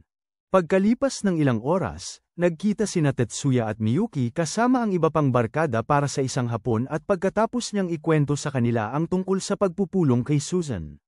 Sinabi ni Miki sa kanya na seryosohin ito dahil ang pagpanalo sa thesis ay nangangahulugang ang kanyang pananaliksik ay kikilalanin ng pambansang komite at ipapasok sa Magic Index. Sinabi naman ni Tetsuya na pumayag na siya dahil ang thesis ay konektado sa kanyang pananaliksik tungkol sa pagtatago ng mga sekwensya ng mahika, kaya't binati nila siya ng good luck. Maya-maya, umuwi sila ni Miyuki at nakasalubong ang isang babaeng nagngangalang Sayori. Agad na nag-alok si Miyuki na magsimula sa hapunan at nangakong isusuot ang kahit anong gusto niya habang nagluluto, pero sinabi ni Tetsuya na magpahinga lang siya at isuot ang kahit anong gusto niya. Tapos umupo siya kasama si Sayori at tinanong kung anong gusto niya, pero nagsimula ito sa pagtatanong kung galit pa rin ba silang dalawa sa kanya. Matapos ipaalala sa kanya na nag-asawa ulit ang tatay nila 6 na buwan lang pagkatapos pumanaw ang nanay nila, sinabi niya na huwag siyang umasa ng anumang kabutihang loob mula kay Miyuki bago muling itanong ang tunay na dahilan kung bakit siya dumating. Pagkatapos ay ipinakita niya sa kanya ang isang napakabihirang relikya at hiniling sa kanyang huminto sa pag-aaral at sumama. Ipagpatuloy ang kanyang pananaliksik sa lab. Matapos sumang-ayon na talagang mahalaga ang relikya, tumanggi si Tetsuya na umatras at ipinaliwanag na siya lamang ang may kakayahang tiyakin ang kaligtasan ni Miyuki. Pagkatapos ay iminungkahi niya na dalhin ang hiyas sa isa sa mga sangay na lab at ipatingin ito sa mga siyentipiko doon, ngunit ikinagalit ito ni Sayori, kaya inagaw niya ang kahon at nagdabog na umalis. Sinabi naman ni Tetsuya kay Miyuki na isara ang lab at manatili sa loob para masiguro niya na hindi mapahamak si Sayori dahil sa pagiging mainitin ng ulo nito. Maya-maya pa, sumakay siya sa bisikleta at sinimulan siyang habulin sa highway, pero bigla siyang hinarang ng isang kaina-hinalang van. Kasunod nito, 2 masasamang loob ang lumabas at sinubukang saktan siya, pero pinigil ni Tetsuya ang kanilang mga CAD at pinatulog silang dalawa. Gayunpaman, habang sinusubukan niyang alamin kung ayos lang si Sayori, isang sniper ang bumaril sa dibdib niya, pero mabilis na gumamit si Tetsuya ng mahika para magpagaling bago alamin ang lokasyon ng sniper. Matapos siyang patumbahin, umuwi siya at ipinaliwanag ang lahat kay Kazama, na pagkatapos ay nangangako na magsisiyasat ng kaunti para malaman kung sino ang nag-upa sa sniper. Ilang minuto ang lumipas, inihinan siya ni Miyuki ng tsaa at sinamantala ang pagkakataon na ipakita ang kanyang damit bago itanong ang tungkol sa usapan nila ni Sayori. Kinuha ni Tetsuya ang kahon at ipinakita sa kanya ang relikya bago ipaliwanag na ito ang susi para malaman kung paano itago ang mga mahikal na sekwensya. Gayunpaman, ipinaliwanag pa niya na gusto ni Sayori na humanap siya ng paraan para kopyahin ito para ang mga sundalong walang mahika ay madaling ma-activate ang mga spell gamit ang mga espesyal na gamit. Habang patuloy nilang pinag-uusapan yun, bumuo si Chen ng isang grupo ng mga hacker sa isang lihim na taguan para pasukin ang samahan ng mga magician, at matapos malaman na nabigo ang pagtatangkang mabawi ang relikya, sinabi niya kay Luna kunin yun, kahit anong gawin niya. Ilang gabi ang lumipas, napasabak si Tetsuya sa isang matinding labanan sa cyber habang sinusubukang nakawin ng isang hacker ang mahahalagang files mula sa kanyang sistema. Sa huli, nagawa niyang harangan ng hacker, pero sa eskwela kinabukasan, nagmamadali siyang pumunta sa opisina ni Ono para humingi ng tulong na matuntun sila, matapos niyang ipaliwanag na ang ganitong. Ang gawain ito ay labis na kahit para sa kanya. Tinatanong niya kung may alam siya tungkol sa organisasyon na nagbebenta ng mga klasipikadong dokumento ng mahika. Ngunit tumanggi siyang magdetalye, kaya nagpunta siya sa opisina ng konseho upang makipag-usap kay Kei. Kalaunan, lumabas si Tetsuya mula sa isang tindahan at biglang napansin na may sumusunod sa kanya kaya sinabi niya kay Kanon at Kei, at agad na sinimula ni Kanon ang paghabol sa mga estudyante. Naghagis siya ng granada upang makatakas, ngunit pagkatapos ay pinaga niya ni Kanon ang kanyang CAD sa sandaling yun, sinira ito ni Tetsuya upang bigyan si Kei ng pagkakataong pigilan ang bisikleta ng babae. Gamit ang kanyang kakayahan sa grabidad, ngunit pinaandar niya ang mga makina ng rocket at nagtagumpay na makatakas. Matapos siyang masando sa isang madilim na van, tinanong ni Chen ang kanyang mga hacker tungkol sa kanilang pag-unlad sa relikya. Kaya sinabi nila sa kanya ang tungkol kay Tetsuya at Miyuki, dahil sila lamang ang may kaugnayan kay Sayori na maaaring nakakita sa relikya. Pagkatapos ay nagpasya siyang idagdag ang akademya sa kanilang listahan ng mga puntirya at sinabi kay Leo na alisin ang sinumang kainahinalang tao na maaaring makasagabal sa kanilang misyon. Sa paaralan kinabukasan, sinabi ni Mizuki kay Tetsuya at sa iba pa na napansin niya ang isang kaina-hinala. Ang presensya na sumusunod sa kanila, at ipinapaliwanag din ni Miyuki kung paano ang mga espiritu sa paligid ng akademya ay tila nababahala tungkol sa isang bagay. Pagkalipas ng ilang oras, nagkita sila sa isang kafe para sa tanghalian, at habang nakikipag-usap si Kyoko kay China at Inagaki, biglang nagdahilan sina Erika at Leo para lumabas. Pagkalabas nila ng kafe, sinabi ni Erika sa taong sumusubaybay na huwag nang magtago. Lumabas ang isang lalaking nagngangalang Jiro at agad silang pinaligiran. Pagkatapos sabihin ni Leo sa kanya na naglagay na si Miki ng harang para pigilan siyang makaalis, siya ay biglang sumugod sa kanila at muntik nang mapunta si Leo sa pero nagawa pa rin nilang pigilan siya at tanungin kung ano ang gusto niya. Nangako si Jiro na susunod at sinabi na hindi siya kaaway. Kaya binitawan siya ni Leo at tinanong kung bakit niya sila binabantayan. Matapos sabihin na isa siyang ahente mula sa kanluran, ipinaliwanag ni Jiro na maraming organisasyon mula sa silangan ang nagtatangka sa akademya para nakawin ang mahalagang impormasyon tungkol sa mahika, na maaaring magbigay sa kanila ng sapat na lakas militar para maging tunay na banta. Dagdag pa niya na ang misyon niya ay tiyakin na walang impormasyong makakalabas. Bago biglang bumunot ng baril at sinabihan silang alisin ang harang, kaya wala na silang ibang magawa. Sinabihan nila si Miki na bitawan yon, kaya nagbabala si Jiro na mag-ingat sila kahit sa loob ng eskwelahan bago naghagis ng smoke bomb at tumakas. Sakto naman, napansin ni Kayuko ang nangyari, kaya bumalik siya sa kanyang kotse para burahin ang security footage. Samantala, biglang huminto si Jiro sa isang eskinita dahil may sumusunod din sa kanya. Sa sumunod na sandali, lumapit si Leo at biglang binali ang kanyang braso bago ended abruptly, remaining portion is violent and needs to be handled delicately, bago siya saktan sa dibdib. At sinindihan ang kanyang katawan. Pagkalipas ng ilang araw, nagawang mapaganya ni Tatsuya ang isang plasma device sa tulong ni Suzien, habang namamangha ang lahat. Nakita ni Sayaka si Chiaki at agad niya itong hinabol. Makalipas ang ilang minuto, huminto si Chiaki sa pagtakbo at nagpas siyang harapin siya. Kaya tinanong ni Sayaka ang tungkol sa aparato na nakaka-break ng password na hawak niya bago sabihing alam na niya kung ano ang pakiramdam na magtrabaho para sa isang organisasyon ng mga especially iya. Pagkatapos ay sinabi niya kay Chiaki na tumigil na sa pagtatrabaho para sa kanila para sa kanyang sariling kaligtasan. Pero sabi ni Chiaki, tinanggap na niya ang mga panganib. Nagdesisyon naman si Sayaka na hulihin siya, pero pinaputok niya ang isang lalagyan ng tear gas para pigilan sila. Sa sumunod na sandali, sumugod si Leo at ibinagsak siya sa lupa bago niya napagtanto na medyo nasobrahan siya ng lakas. Pagkalipas ng ilang minuto, dinala nila siya sa infirmary, at pagkatapos pakiusapan ni Canon si Nurse Bubble Melons, ay minasuka, nabantayan siya, bumalik sila sa plasma orb. Sakto naman, nakita ni Canon si Sekimoto na sumisigaw kay Erika at Leo, kaya tinanong niya si Tatsuya, na pagkatapos ay paliwanag na tila may problema si Sekimoto sa pagtambay nila sa halip na magpatrolya. Matapos niyang kumbinsihin sina Erika at Leo na magpahinga, biglang sinubukan ni Sekimoto na makuha ang data ng orb, pero pinatay ito ni Suzien at tinanong kung bakit bigla siyang interesado dito.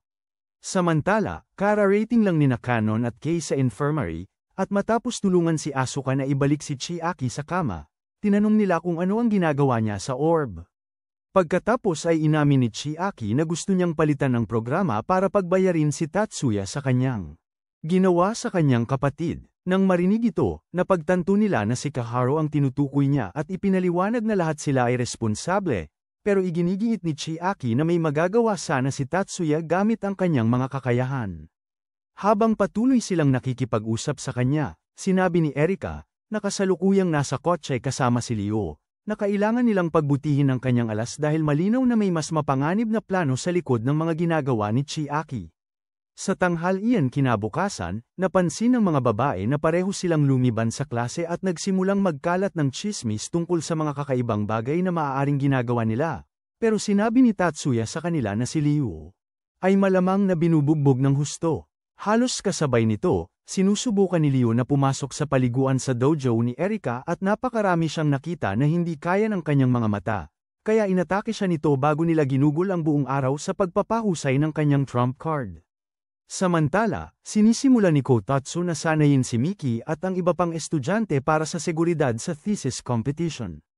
Ilang araw ang lumipas, bumisita sina Tatsuya at Miyuki kay Master Yakumo para pag-usapan ang relic, at pagkatapos niyang sabihin sa kanila na ingatan itong mabuti, nagpasya si Tatsuya na dalhin ito sa FLT. Gayunpaman, habang papunta roon, pagkalipas ng ilang oras, napansin niya na may pamilyar na sumusunod sa kanila at nagpas siyang magmadali dahil ang paggamit ng kanyang kapangyarihan sa labas ay maaaring makaakit ng hindi kanais-nais na atensyon. Pagdating sa FLT lab, nakita nilang abala ang lahat sa pagtatrabaho upang pigilan ang mga hacker na makapasok sa sistema. Matapos nilang magtagumpay na maglagay ng matibay na firewall, pinahinto ni Tatsuya ang pamilyar, kaya nagpasya si Chen na huwag ng targetin ng FLT dahil imposibleng iwan ni Tatsuya ang relikya. Pagkatapos ay sinabi niya kay Liu na harapin si Chiaki bago makarating si Gongjin sa ospital, upang hindi sila kailangang mag-alala na may mahalagang impormasyon na maaaring kumalat.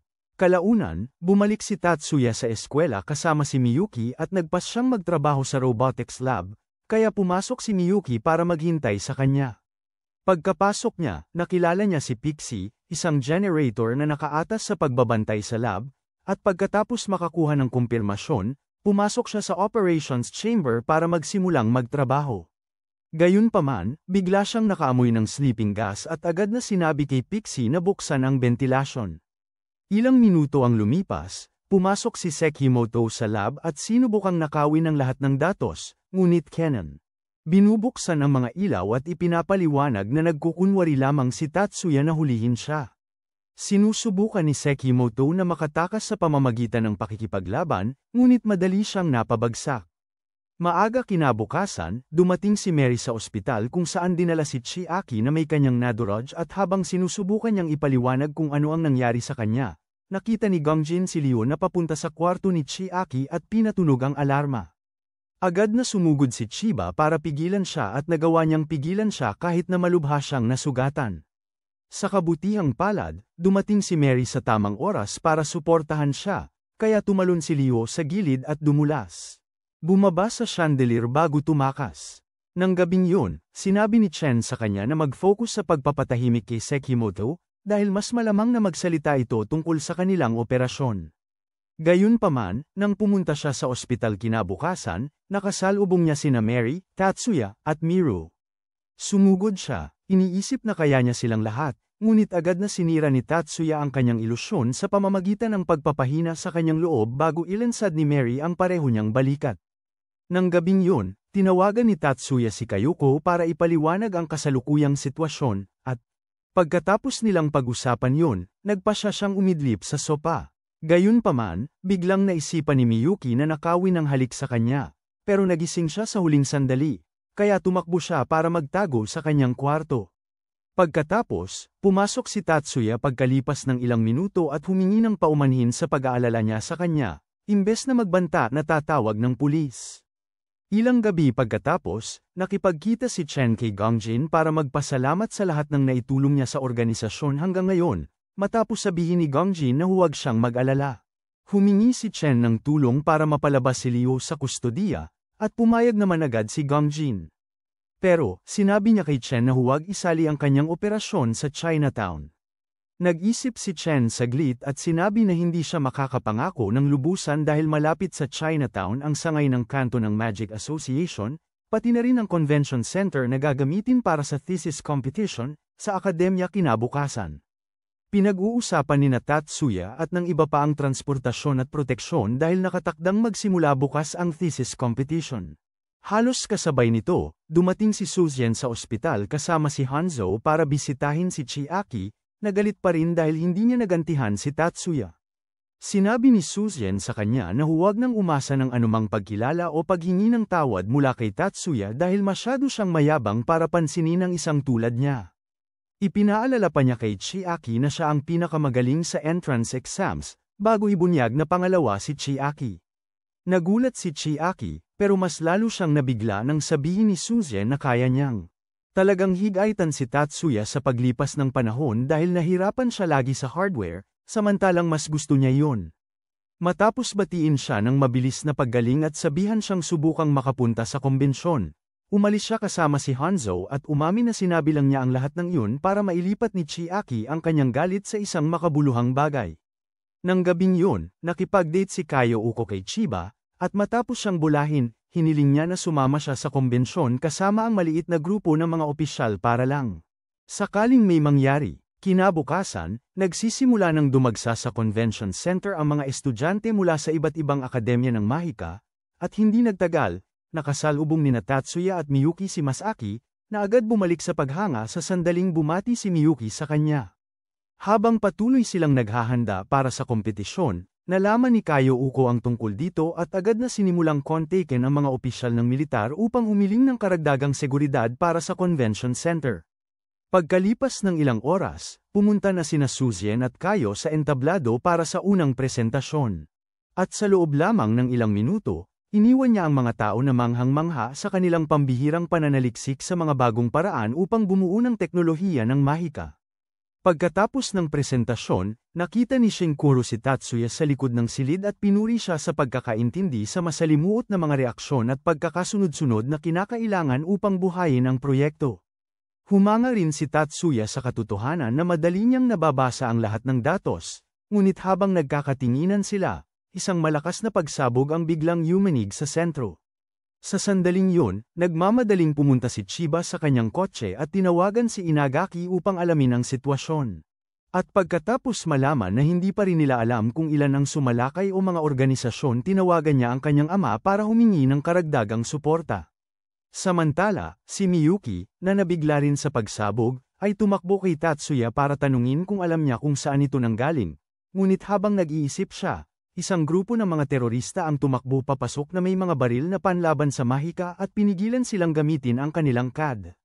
Gayunpaman, nang mapansin ng isa sa kanila na tumanggi si Tatsuya na sumunod, binaril siya, ngunit basta na lang hinawakan ni Tatsuya ang bala at ginawang alikabok. Matapos samalo ng ilang bala, kalmado niyang pinutol ang braso ng lalaki at nanatiling hindi natitinag habang pinupunasan ni Miyuki ang dugo sa kanyang uniforme.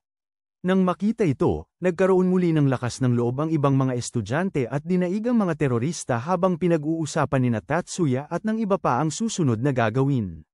Matapos magkasundo na kailangan nilang harapin ang iba pang terorista sa pasilidad, sinubukan silang ilabas ni Tatsuya, ngunit pinigilan siya ni Shinkiro at gustong malaman kung paano niya nagamit ang ganoong kalakas na kakayahan upang saluhin ang napakaraming balang mas mabilis pa sa tunog, para maiwasan ang atensyon. Sinabi ni Tatsuya sa kanya na wala siyang panahon para sa walang saysay na debate at nagmamadaling umalis. Ilang sandali lang, napagtanto ni Mayumi na takot pa rin ang lahat, kaya sinabi niya kay Azusa na pag-aanin ang loob nila dahil siya na ang papalit bilang bagong presidente ng konseho. Pagkatapos, ginamit ni Azusa ang isang mabisang kakayahan para pakalmeyan sila at bawasan ang tensyon sa silid. Nang tuluyan ng tumahimik ang lahat, umakyat si Mayumi sa entablado para ipaliwanag sa kanila ang kasalukuyang sitwasyon at sinabi niyang ang tanging paraan ay subukang takasan ang lahat ng labanan sa pamamagitan ng isang tunnel. Sa ilalim ng gitna, sa mga oras na yun, natagpuan na ni Tatsuya at ng iba pa ang natitirang mga terorista, pero pinigilan niya si Leo na sumugod sa gitna ng atake ng mga bala na panlaban sa Mahika at pinagsama ang kanyang kapangyarihan sa kay Miyuki upang palamigin ang lahat ng bala. Sa sumunod na sandali, sumugod siya at nagsimulang gawing parang pintura sa dingding ang mga malalaking tao habang nanunood silang lahat na gulat na gulat. Pagkatapos siyang linisin muli ni Miyuki, napansin niya na medyo natakot ang mga babae sa dami ng dugo, kaya humingi siya ng paumanhin sa pagiging masigasig kaysa karaniwan. Iminungkahi ni Shizuko na pumunta sa conference room para magplano, pero iminungkahi ni Tatsuya na hanapin muna ang kanilang demo models para sa presentation para hindi mapunta sa maling kamay. Pero pagdating doon, nakita nila si Seiyumi, Katsuto, at ang iba pa na binubura na ang lahat ng mahalagang data. Noon din, sinabi ni Tatsuya na baka mali ang pagpapadala sa lahat ng estudyante sa tunnel dahil baka makasalubong nila ang iba pang mga terorista at wala silang mapuntahan. Nang marinig ito, pinapante ni Katsuto si Teikaki at ang iba pang mga mandirigma para tumulong sa ang paglikas, habang ang iba sa kanila ay pumunta sa conference room para magplano. Ilang minuto ang lumipas, dumating si Kayoko kasama si Kazama, na nagsabi kay Tatsuya na kailangan niyang sumali sa laban dahil pambansang banta ang kinakaharap nila. Lahat maliban kay Miyuki ay nagulat nang marinig ito, kaya sinabi ni Tatsuya na makinig sila sa anumang sabihin ni Kayoko bago siya umalis. Sa sandaling yun, pinigilan siya ni Miyuki at pinayuko siya bago palayain ang tunay niyang kapangyarihan at hilingan siya ng swerte. Ilang minuto ang lumipas, nagtago ang mga kaklase ni Masaki habang ang mga terorista ay nagpakawala ng walang tigil na ulan ng bala, kaya't nagsimula siyang pasabugin ang mga sundalong tao na parang mga lobong tubig habang ang kanyang mga kaklase ay nanunood na gulat na gulat. Halos kasabay nito, natagpuan ni Katsudo si Kayoko at humingi ng sasakyan para makapunta sa sangay ng Konat, ngunit mas pinili niyang magpasama ng ilan sa kanyang mga tauhan. Noong mga oras na yon, nakita na ni Azusa at ng iba pang mga estudyante ang pintuan papunta sa bomb shelter, kaya tumakbo siya para buksan ito, ngunit biglang sumabog ang lupa sa itaas nila dahil sa pagsabog ng kalaban. Salamat na lang at nagawang pigilan ni Kazuo ang mga gumuhong debris, kaya't nagmadali silang pumasok sa shelter habang si Chiba nakipagkita kay Erika para ibigay sa kanya ang espesyal na CAD para sa laban. Ilang minuto ang lumipas, dumating si Tatsuya sa FLT lab kasama si Kazama, at matapos pakinggan ang lahat ng pagpapaganda na ginawa nila sa kanyang flying suit, sinuot niya ito at agad na pinapabagsak ang mga drone ng kalaban. Noong mga oras na yon, katatapos lang ni Masaki na pigilan ang mga sundalo ng kalaban na umaatake sa kanyang mga kasama, ngunit matapos silang makasakay sa isang bus para sa paglikas, sinabi niya kay Shinkaru na sumama na sa kanila dahil plano rin niyang pumunta sa sangay ng kanto. Pagkatapos ng ilang minutong pagdanak ng dugo, ipinakita ng isa sa mga sundalo ni Kazama kay Tatsuya ang pampalakas sa lamangka na nakuha nila sa tangke ng kalaban, na nagpapatunay na kalaban nila ang Great Asian Alliance sa buong panahong ito. Sinabi rin niya kay Tatsuya ang tungkol kay Mayumi at sa iba pang mga estudyanteng sibilyan na kasalukuyang nakulong sa kanlungan. Kaya lumipad si Tatsuya para ipagtanggol ang chopper ng paglikas mula sa mga atake ng kalaban. Samantala, pinangunahan ni Katsuto ang bawat salamangkero sa rehiyon ng kanto upang labanan ang mga sundalo mula sa Alliance. Ngunit matapos silang atakihin ng mga maltong halimaw, nagpasya si Masaki na huwag nang ibaba. Katawang katulad ni Prime John Wick para mahanap niya ang salamangkerong sumasamba sa kanila. Matapos gamitin ang isang espesyal na kakayahan na tuma-target sa mga hindi gumagamit ng mahika, natukoy niya ang Merlin hindi gaanong kagalingan at agad niya itong ibinalik sa lumikha sa kanya. Samantala, katatapos lang ni Nakanon at ng iba pa sa pagpapahimik sa isa pang grupo ng mga sundalong kalaban, kaya nagpasya silang bumalik sa convention center. Gayunpaman, bigla silang tinambangan, kaya sinubukan ni Kei at Takaki na takpan ang mga babae gamit ang kanilang katawan, pero naputulan ng binti si Takaki samantalang tinamaan si Kei sa puso. Sa sumunod na sandali, ginamit ni Miyuki ang kanyang kapangyarihan para talunin ang iba pang sundalo ng kalaban. Pagkatapos ay tinawagan niya si Tatsuya, na agad-agad na dumating at ginamit ang kanyang kapangyarihan para ibalik sa dati sina Takaki at Kei na parang walang nangyari. Habang patuloy na tinatalo ni Tatsuya at ng iba pang sundalo mula sa unit ni Kayuko ang mga sundalo ng kalaban, hirap maniwala sina Kei at Takaki na nakaligtas sila matapos akalaing mamamatay na sila. Pagkatapos silang tiyakin na buhay pa sila. Tinanong ni Kanon si Miyuki tungkol sa espesyal na kakayahan ni Tatsuya at sinabi niya na kaya nitong iligtas ang buong sibilisasyon. Sa loob lamang ng ilang minuto kung gusto niya. Sang-ayon ang lahat sa kanya at nagtataka kung bakit palaging itinatago ni Tatsuya, kaya sinimula ni Miyuki sa pagpapaliwanag kung paano ang kanyang kakayahan, na tinatawag talagang paglago, ay nagpapahintulot sa kanya na ibalik ang mga tao at makina sa kanilang dating kalagayan, basta't ang pinsala ay nangyari sa loob ng isang araw, habang patuloy silang nagdadaldalan tungkol sa kung gaano kadali para sa kanya na pagalingin ang buong planeta. Sinabi niya sa kanila na kailangan niyang magbayad ng kapalit sa tuwing ginagamit niya ang kanyang kapangyarihan, tuwing pinagagaling niya ang isang tao o ibinabalik sila mula sa kabilang buhay, ang kanyang isip ay nakakaranas ng labis na 100 beses ang orihinal na sakit sa loob ng kulang sa 1 segundo, ibig sabihin na ang bawat pagliligtas ay talagang isang sugal sa pagkabaliw dahil ang karaniwang isip ay hindi ginawa para kayanin ang ganito karaming stress ng sabay-sabay, pagkatapos nilang mapagtanto na magiging makasarili kung aasahan nilang maging Lazarus Pit si Tatsuya para sa kanila. Biglang nakaramdam si Mizuki ng nakakatakot na aura na patungo sa punong tanggapan ng Magic Association. Agad niyang sinabi sa lahat, kaya sumangguni si Miki sa kanyang mga espiritu at nakita niya na aatakihin ni Luang Gusali gamit ang pinakamataas na antas ng kanyang kakayahan. Pagkatapos niyang sabihin sa kanila, hiniling ni Mary kina Erika at Leo na tulungan siyang pigilan siya, at masaya silang pumayag bago magsuot ng kanilang gamit at tumalon mula sa helikopter. Ngunit, sa loob lamang ng ilang minuto, pinatulog silang lahat ni Lu.